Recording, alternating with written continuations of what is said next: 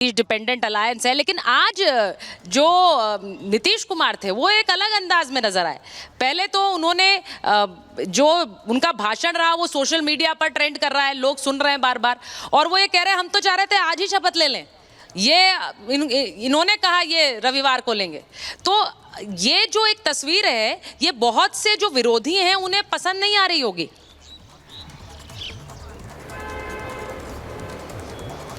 कि मैं भी इनकी एक एब्रिविएशन को कंप्लीट कर देता हूं सुचारिता जी। हमने तो पहले ही कहा था कि इंडिया अलायंस या इंडिया तो बहुत पहले खत्म हो चुका था। तब खत्म हो चुका था जब एन से नीतीश बाहर चले गए थे, डी से दीदी बाहर चली गई थी, और ए से अरविंद केजरीवाल जी की पार्टी ने एक आंशिक गठबंधन इनके साथ किया, फिर अरविंद केजरीवाल जी अंदर चले गए। तो बच क्या गया? सिर्फ आई। कांग्रेस पार्टी के लिए वो आई था, उनका अहम था, जिस वजह से इंडिया अलायंस को अंततोगत्वा जनता ने अपना मैंडेट नहीं दिया।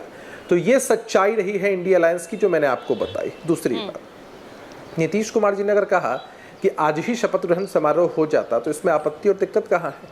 भाई एक तरफ तो लोग शंका भरी नजरों से देख रहे थे कि नीतीश कुमार जी का समर्थन किस तरह से एनडीए को मिलेगा, और दूसरा आपने जो दृश्य आज देखा एक कंबाइंड बैठक में, जिस तरह से नेताओं के भाषण को आपने सुना, उसमें दिखा कि किस तरह का वार्मथ एनडीए के अंदर है और किस तरह से एनडीए एकजुट है प्रधानमंत्री जी के नेतृत्व में, और सबकी शुभकामनाएं हैं प्रधानमंत्री जी के साथ।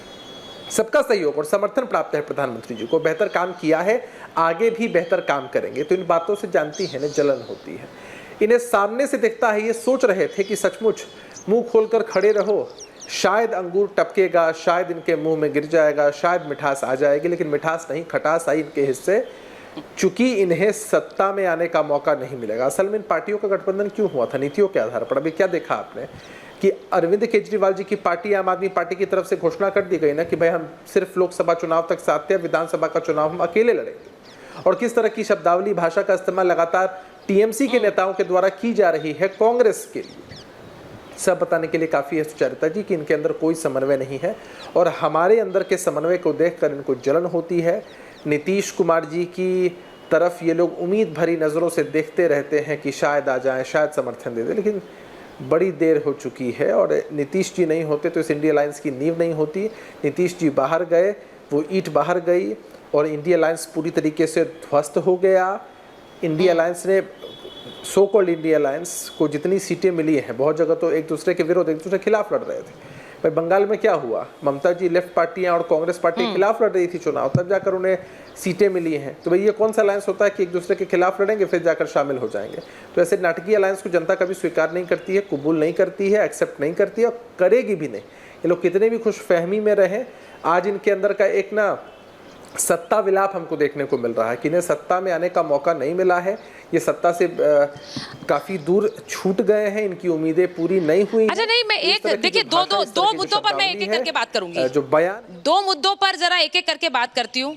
जो बात आपने कही, आपने बताया कि आज जिस तरह से एनडीए के नेताओं ने प्रधानमंत्री के नेतृत्व में विश्वास जताया, और जो बातें उन्होंने कही वो मैंने शुरुआत में चलाई भी। नीतीश कुमार जी ने क्या कहा, चंद्रबाबू नायडू ने क्या कहा, उन्होंने कहा कि एक पावर हाउस बनाया है देश को और उनके नेतृत्व में हमें भरोसा है। लेकिन वरुण जी, प्रधानमंत्री ने आज याद दिला दिया कि उन्होंने सीधे सीधे पूछा है, तो आप ही से पूछ लेती हूँ, ईवीएम जिंदा है या मर गई?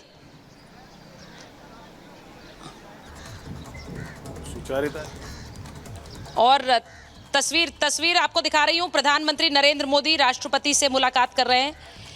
ये राष्ट्रपति ने प्रधानमंत्री को नई सरकार गठन करने का न्योता दिया है। तो